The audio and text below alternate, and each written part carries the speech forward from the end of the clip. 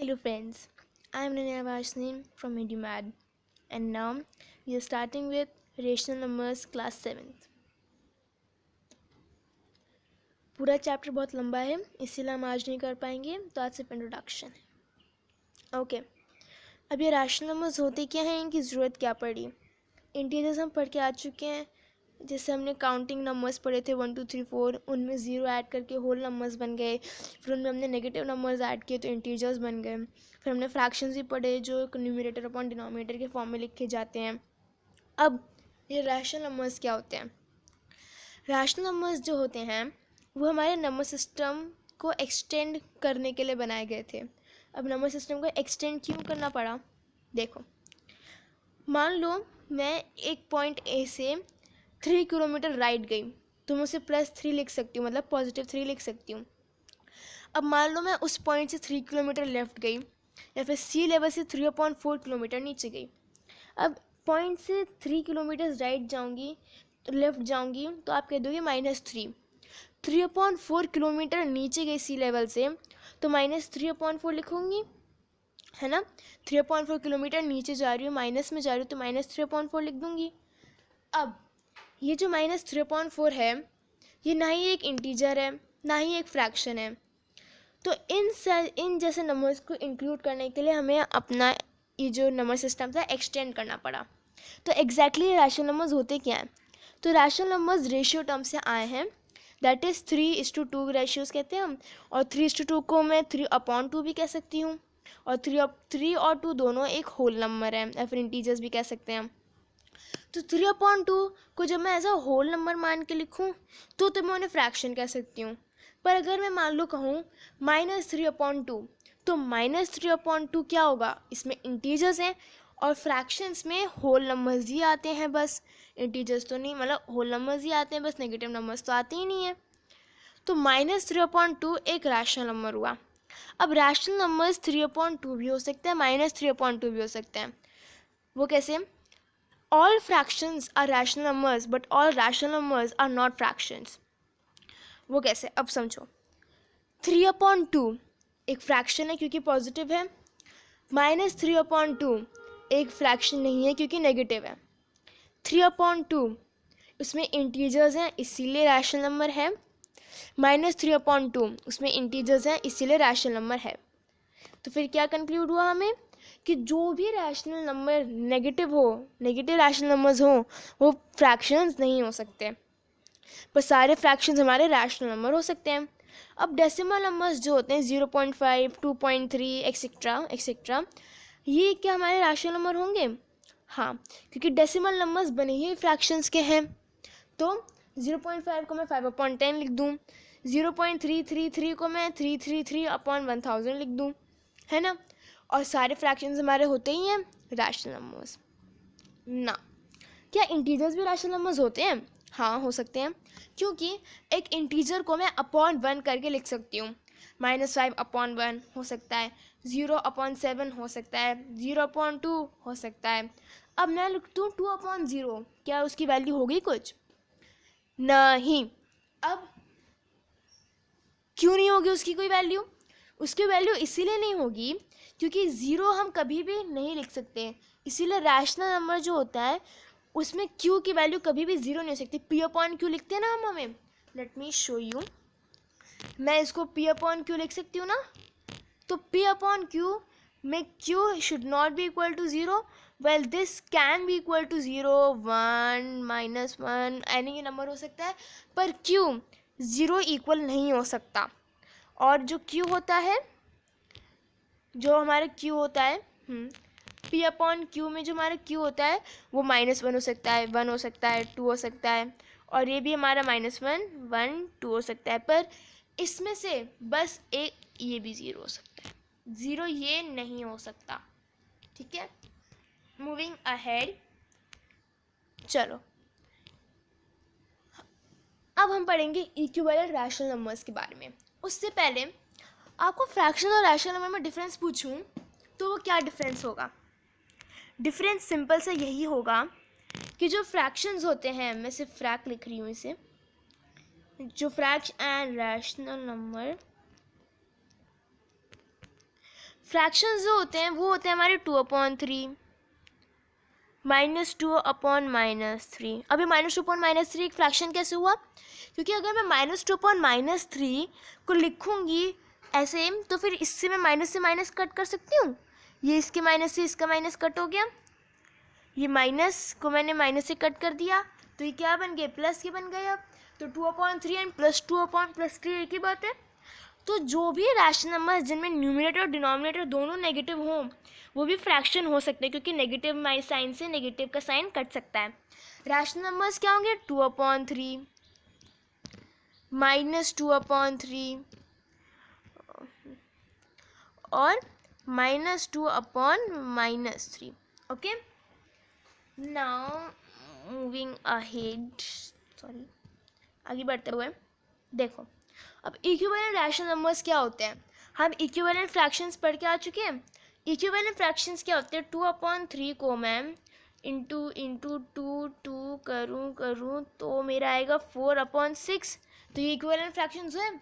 अब मान लो मेरे को -2/3 का आपको निकालना है, तो -2/3 का कैसे निकालोगे? सेम आपको मल्टीप्लाई करना है। -2 × 2 क्या होगा? डिफरेंट साइन है तो -4/6। तो -2/3 का इक्विवेलेंट फ्रैक्शन हुआ -4/6। ठीक है, बस सिंपल होता है, वही जैसे हम फ्रैक्शन में पढ़ के आए थे, बस हमें साइंस का पूरा ध्यान रखना होता है। नाउ हम आगे बढ़, अब इक्विवेलेंट फ्रैक्शन में अगर क्वेश्चन मैं दे दूं आपको 2/-3, तो एक बात हमें हमेशा याद रखनी है कि डिनोमिनेटर कभी भी नेगेटिव नहीं हो सकता। अब डिनोमिनेटर को पॉजिटिव कैसे बनाए? हम इसको -1 से मल्टीप्लाई कर देंगे तो -2/3 आ गया। न्यूमरेटर नेगेटिव हो सकता है, डिनोमिनेटर नेगेटिव नहीं हो सकता।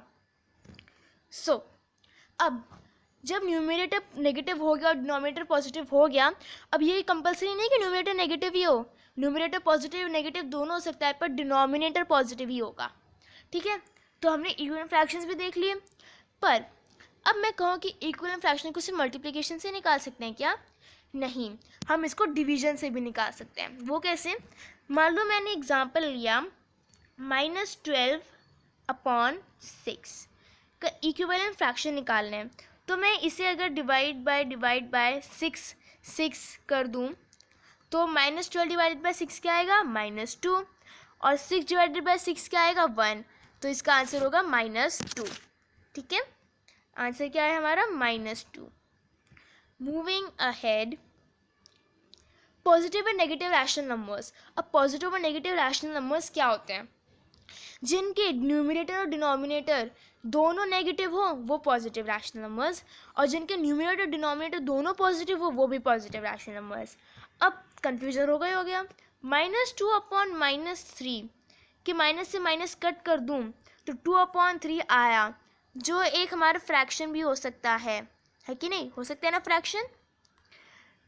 -2/-3 कि माइनस से माइनस कट करने के बाद 2/3 जो आया उसमें से एक नेगेटिव इंटीजर नहीं है, ना न्यूमरेटर नेगेटिव इंटीजर है, ना ही डिनोमिनेटर नेगेटिव इंटीजर है, तो ये हमारा हो गया पॉजिटिव रैशनल नंबर। यही अगर मैं एग्जांपल ले लूँ -2/3 का, तो ये इसमें हमारा माइनस से माइनस कट नहीं रहा, तो फिर इसमें एक नेगेटिव इंटीजर है न्यूमरेटर में, तो ये क्या हो गया हमारा? Negative rational number. ठीक है, अब ऐसे ही एग्जाम्पल मैं लूँ -2/-3 क्या होगा? Positive rational number. 2/-3, तो इसको हम सबसे ऐसे तो देख के पता लग रहा है कि नेगेटिव रैशनल नंबर है। 2/-3, क्योंकि वो तो देख के ही पता लग रहा है कि -3 है तो नेगेटिव रैशनल नंबर है ही। पर इसको अगर आप -1 से मल्टीप्लाई करके पहले पॉजिटिव बनाना चाहो, -2/3 करके चेक करना चाहो, वो भी कर सकते हो। Moving ahead, yes. अब हाँ, ये मैं आपको एक्सप्लेन कर चुकी हूँ। 8/-3 भी हमारे एक नेगेटिव रैशनल नंबर है, -3/-5 हमारा पॉजिटिव रैशनल नंबर है, 3/5 हमारा पॉजिटिव रैशनल नंबर है। 0 क्या होता है? नेगेटिव पॉजिटिव कुछ भी नहीं। 0 ना ही हमारे एक नेगेटिव पॉजिटिव इंटीजर होता है, 0 ना ही हमारा नेगेटिव पॉजिटिव रैशनल नंबर होता है। अब रैशनल नंबर्स को मैं नंबर लाइन पे मार्क कैसे करूँ? रैशनल नंबर्स को नंबर लाइन पे मार्क करना बहुत ईजी होता है। देखो, जैसे हम फ्रैक्शंस मार्क करते थे वैसे ही हम रैशनल नंबर्स भी मार्क करेंगे। वो कैसे करते हैं हम? फ्रैक्शंस हम मार्क करके सीख चुके हैं कि फ्रैक्शन में कैसे मार्क करती हूँ। जैसे हमने -3 अपॉन -4 को माइनस से माइनस कट कर दिया तो वो क्या बन गया? 3/4, है ना। अब जो वो 3/4 बन गया, ठीक है, 3/4 बनने के बाद उसमें क्या होगा? वो 3/4 बन गया तो वो क्या बन गया? हमारा एक फ्रैक्शन बन गया। और जैसे हम फ्रैक्शंस को लाइन पे मार्क करते थे वैसे ही हम इसको भी मार्क कर देंगे। अब -3/5 को कैसे मार्क करेंगे? हम -3/5 को हम 0 और -1 के बीच में मार्क करेंगे। वो क्यों? अब हम जैसे पॉजिटिव रैशनल नंबर्स को 0 और 1 के बीच में मार्क करते हैं, नेगेटिव रैशनल नंबर्स को हम 0 और -1 के बीच में मार्क करते हैं। वो कैसे करेंगे हम? देखो, मान लो मैंने क्वेश्चन दिया आपको -3/4 का, ठीक है। मैं इसको इरेज कर दूं ताकि मैं आसानी से बना सकूं नंबर लाइन। अब -3/4 के लिए मैं एक नंबर लाइन ड्रॉ करूंगी। ये ड्रॉ हो गई। इधर आ गया 0, इधर आ गया -1। क्योंकि डिनोमिनेटर 4 था तो हम इसको 4 इक्वल पार्ट्स में डिवाइड करेंगे, जिसके लिए हम 3 लाइन्स ड्रॉ करेंगे। 1 2 3, 4 पार्ट्स में डिवाइड हो गया। इसके बाद मेरे को करना है -3 मार्क, तो ये होगा -1/4, ये होगा -2/4 और ये होगा हमारा -3/4। ओके, ऐसे हमने -3/4 भी मार्क कर दिया। आप यहाँ पे भी एक्सप्लेनेशन भी दी हुई है, मैं एक्सप्लेनेशन रीड कर रही हूँ आपके लिए। As we can see that the given fraction is a proper fraction but with a negative sign, so it will be smaller than 0 but greater than -1. Hence the fraction will lie, इसको rational number लिख सकते हो आप, hence the rational number will lie between 0 and -1. To represent, we will divide the number line between 0 and -1 into, ओ ये question इसमें -3/5 है, कोई नहीं, हमने -3/4 किया था, into 4 equal parts and the third part of the 4 parts will be -3/4. This can be represented as, यहाँ पे जो मैंने आपको यहाँ पे बना के दिखाया था मैं फिर से बना देती हूँ, वो नहीं, ब्लैक कलर नहीं, हाँ मैं आपको फिर से बना के दिखा रही हूँ। -3/4,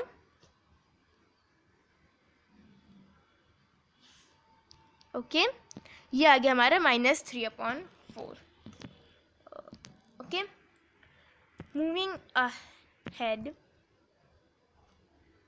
अब 9/5 को हम कैसे मार्क करते थे? एक इम्प्रॉपर फ्रैक्शन को हम कैसे मार्क करते थे? 0 और 1 के बीच में तो आता नहीं था वो, क्योंकि 1 से ग्रेटर है इम्प्रॉपर फ्रैक्शन, इसलिए हम उसे 1 और 2 के बीच में मार्क करते हैं। क्योंकि सारे इम्प्रॉपर फ्रैक्शंस 2 से छोटे होते हैं, मतलब सारे इम्प्रॉपर फ्रैक्शंस नहीं, इम्प्रॉपर फ्रैक्शंस मोस्टली जो होते हैं हमारे 2 से छोटे होते हैं, ठीक है। अब let me show you with an example. If I take an example of 9/5, 9/5 को मैं कैसे मार्क करूँगी? 0, इधर आएगा -1, इसको भी मैं 1 2 3 4, अब इधर आएगा +1 और इधर आएगा +2, ठीक है। इसको मैं डिवाइड करूँगी 5 इक्वल पार्ट्स में, 1 2 3 4, और ये 5 इक्वल पार्ट्स में डिवाइड हो गया। अब मुझे इसको करना 9/5, तो ये था हमारा 1/5, फिर ये आएगा हमारा 2/5, 3/5, 4/5, ये आएगा 5/5, 6/5, 7/5, 8/5 और ये आएगा हमारा 9/5। तो आप इसको इस डायग्राम में देख सकते हो हमारा 9/5 कहाँ आया है। इसी तरह से मैं इम्प्रॉपर नेगेटिव रैशनल नंबर्स भी कर सकती हूँ। इम्प्रॉपर नेगेटिव रैशनल नंबर उन्हें कहते नहीं हैं, ओके। मैं आपको करके दिखाऊँ एक एग्जांपल, -4/3, वही सेम एग्जांपल ले रही हूँ, 0 -1 और ये आया -2। अब -4/3 था तो हम कितने पार्ट्स करेंगे? 3 पार्ट्स। और हमारा इसके मान लो यहाँ पे कलर चेंज, ये था हमारा -1/3, -2/3, -3/3, -4/3, ये आया -4/3, -5/3 और ये आ गया -6/3। तो -5/3 हमारा, -4/3 हमारा कहाँ पे आया? हमारा -4/3 आया यहाँ पे। Okay, moving ahead. अब इन रैशनल नंबर्स को हमें ध्यान से ऑब्जर्व करना है। इन रैशनल नंबर्स के बीच में जो डिनोमिनेटर तो पॉजिटिव है, जो हमें पता है कि हमेशा पॉजिटिव होना चाहिए डिनोमिनेटर, है ना। और इनके न्यूमरेटर्स और डिनोमिनेटर्स के बीच में कोई भी कॉमन फैक्टर नहीं बचा 1 के सिवाय, है ना। इसीलिए ये स्टैंडर्ड फॉर्म में है। A rational number is said to be in the standard form if its denominator and its numerator have no common factor other than 1 and the denominator is a positive integer. ठीक है। अब इसमें हमें sorry guys, अब एक rational number को standard form में है कि नहीं चेक कैसे करें। बहुत ईजी होता है। अगर उसका न्यूमरेटर डिनोमिनेटर में 1 के सिवाय कोई फैक्टर है तो वो स्टैंडर्ड फॉर्म में नहीं है, और अगर डिनोमिनेटर नेगेटिव है तो फिर वो तब भी स्टैंडर्ड फॉर्म में नहीं है। एग्जाम्पल लेंगे सी। एग्जाम्पल के तौर में मैं लूँगी 10/15, क्योंकि रैशनल नंबर पढ़े तो मैं एक को नेगेटिव बना लेती हूँ। ठीक है। अब यहाँ पे हम देख पा रहे हैं कि इनमें न्यूमरेटर और डिनोमिनेटर में 1 के सिवाय भी कॉमन फैक्टर है 5, तो फिर मैं इसको 5 से डिवाइड कर दूँगी। कर दिया। क्या है हमारा -2/3। क्या अभी भी इनमें कोई कॉमन फैक्टर है? नहीं, कोई और कॉमन फैक्टर नहीं है। अब नहीं है इसका मतलब इस सिंपलेस्ट फॉर्म में है अपनी। अब हम चेक करेंगे क्या इनका डिनोमिनेटर नेगेटिव है? नहीं है, तो मतलब ये हमारे हैं किसमें? स्टैंडर्ड फॉर्म में। किसमें? स्टैंडर्ड फॉर्म में। अगला एग्जाम्पल हम लेंगे। मान लो हाँ, अब मान लो मैं एग्जाम्पल लूँ 10/-15 का। ठीक है। 10/-15 के एग्जाम्पल लेंगे तो मैं इसको मान लो 5 से डिवाइड कर दूँ। कर दिया। क्या है 2/-3। अब हमने चेक किया तो डिनोमिनेटर था नेगेटिव, पॉजिटिव बनाना है। तो पॉजिटिव बनाने के लिए 2/-3 को मैं मल्टीप्लाई कर दूंगी -1 से। अब -1 से क्यों किया हमने -1 से इसीलिए मल्टीप्लाई किया क्योंकि जब हम किसी भी नेगेटिव साइन को नेगेटिव साइन से मल्टीप्लाई करते हैं तो आंसर पॉजिटिव आता है। अब -3 को मैं -1 से मल्टीप्लाई करूँगी तो आएगा 3, और 2 को -1 से कर दूँगी तो -2। तो हमने क्या किया, सिंपली इसका माइनस साइन कहाँ था, 2 पे ला के रख दिया। ओके, तो स्टैंडर्ड फॉर्म भी हमने पढ़ ली। अब स्टैंडर्ड फॉर्म को हम डिवाइड करके ही ला सकते हैं, क्योंकि अगर हम मल्टीप्लाई करेंगे तो फिर क्या आएगा हमारा मल्टीप्लाई करके आ जाएगा, मतलब मल्टीप्लाई करके हमारा उसका इक्वलेंट फ्रैक्शन आ जाएगा और स्टैंडर्ड फॉर्म नहीं आएगी। ठीक है। अब मान लो -45/30 का एग्जाम्पल जो यहाँ पे दिया हुआ है उसे रिड्यूस करने के लिए इन्होंने HCF हाईएस्ट कॉमन फैक्टर निकाला है, पर आप इसको सिंप्लीफिकेशन मेथड के साथ ही कर सकते थे। मान लो -45/30। ठीक है, ये है। मान लो मैंने इसको 5 से कट किया तो ये आ गया 9, ये आएगा 6, -9 आ जाएगा। मैंने इसको 3 से कट किया तो आएगा -3 और आएगा 2, क्या आया -3/2। ठीक है, सिंपल। यहाँ पे भी क्या आंसर आ रहा है -3/2। मूविंग अहेड, अब हमने we will learn the comparison. अब हम कंपैरिजन पढ़ने वाले हैं। मैं रीड कर रही हूँ आपके लिए। We will learn the comparison of rational numbers. We know how to compare two integers and also two fractions. We know that every positive integer is greater than 0 and every negative integer is less than 0.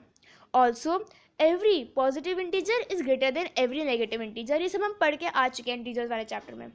तो अब comparison of integers is the same, simpler to comparison of integers is हम पढ़ के आ चुके हैं। और integers का comparison भी एकदम इजी हम पढ़ के आए हैं कि नेगेटिव इंटीजर्स हमेशा छोटे होते हैं पॉजिटिव और जीरो से।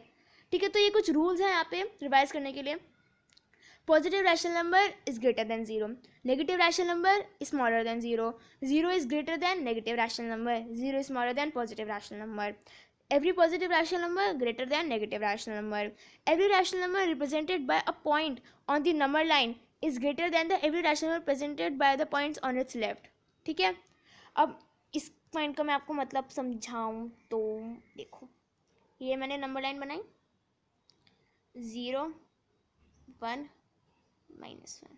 ठीक है, मैंने इनको 2 पार्ट में डिवाइड कर दिया है। ओके, तो ये हमारा होगा 1/2, ये होगा -1/2। अब -1/2 और 1/2 को अगर मैं कंपेयर करने के लिए कहूँ तो बड़ा कौन सा है?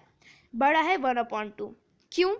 क्योंकि every rational number that is on the right to the other rational number is greater than it. ठीक है, इस पॉइंट का ये मतलब है every rational number represented by a point on the number line is less than every rational represented by points on its right. ठीक है, तो अब हम देखेंगे कि हमारा जो रैशनल नंबर जो हमारे राइट में होते हैं, राइट में मतलब राइट में कौन से तो बड़े, तो लेफ्ट में होंगे वो छोटे। तो मान लो मैं फिर से वही -1 0 1 डिवाइड किया -1/2 1/2। अब 1/2 अगर बड़ा है तो -1/2 छोटा होगा। इसी तरह अगर ज़ीरो किससे बड़ा है यहाँ पे? -1 से और -1/2 से। -1/2 किससे बड़ा है? -1 से। ठीक है, moving ahead, which of the two rational numbers 3/5 and -2/3 is greater? अब सिंपली इसको डायरेक्टली करने का तरीका बताएं तो हर पॉजिटिव रैशनल नंबर एक नेगेटिव रैशनल नंबर से बड़ा होता है, हम पढ़ चुके हैं। तो 3/5 एक पॉजिटिव रैशनल नंबर है और -2/3 एक नेगेटिव रैशनल नंबर है, तो सीधा सीधा -2/3 एक ग्रेटर हुआ, सॉरी -2/3 स्मॉलर हुआ, -2/3 स्मॉलर देन 3/5। अब 3/-4 और -5/6 में से कौन सा बड़ा है? अब ये फाइंड करने के लिए हम सबसे पहले डिनोमिनेटर को पॉजिटिव बनाएंगे। डिनोमिनेटर को पॉजिटिव बनाने के बाद let me explain it to you, how are we going to do it. 3/-4 3/-4 को मैंने -1 से मल्टीप्लाई कर दिया, -1 से मल्टीप्लाई करने के बाद -3/4 आया, -3/4 आ गया मतलब हमारी डिनोमिनेटर पॉजिटिव हो गया। अब -3/4 और -5/6 में से कौन सा बड़ा है? इसके लिए हम 4 और 6 का एलसीएम निकालेंगे 12, मतलब 4 6 का एलसीएम निकालेंगे तो आएगा 12। अब -3/4 को अगर मैं 3 से मल्टीप्लाई कर दूँ तो -9/12 आएगा, डिनोमिनेटर 12 बन गया। और -5/6 को अगर मैं 2 से मल्टीप्लाई करूँ तो -10/12 आएगा। अब -9/12 और -10/12 में से कौन सा बड़ा है? ये बहुत कंफ्यूजिंग है। -9/12 -10/12 में से बड़ा है हमारा -10/12। -10/12 बड़ा है? नहीं, काफ़ी सारे बच्चे यही करते, ये हमारा गलत आंसर है। -10/12 और -9/12 में से बड़ा होगा हमारा -9/12। क्यों? क्योंकि नेगेटिव में जो नंबर छोटा होता है वो ही बड़ा होता है। -9 और -10 में से कौन सा बड़ा है? -9, इसीलिए हमारा -9/10 बड़ा होगा। पर हम इस क्वेश्चन को यहाँ नहीं छोड़ सकते क्योंकि हम इसको ओरिजिनल फॉर्म में भी लिखना है। 3/-4 इज ग्रेटर देन -5/6। ओके, आगे बढ़ेंगे। सॉरी, हमारे पास आगे बढ़ने के लिए भी टाइम नहीं क्योंकि वीडियो काफ़ी लंबी हो गई है। इसीलिए हम बाकी जो टॉपिक्स है अगली क्लास में कवर करेंगे, तो अपडेटेड रहेगा अगले वीडियोस के लिए मेरी। ऑल्सो अगर आपने मेरे को इंस्टाग्राम पे फॉलो नहीं किया तो प्लीज़ आके कर लीजिए, लिंक डिस्क्रिप्शन में है। And also do not forget to like, subscribe, share and comment to my YouTube channel Edumad. अगर आपको कोई पीपीटी चाहिए जिससे मैं आपको पढ़ाती हूँ, आप मुझे इंस्टाग्राम पे डीएम कर सकते हो। अपने ओपिनियन, डाउट्स एंड फीडबैक्स आप कमेंट सेक्शन में लिख सकते हैं। So bye bye and thanks for watching.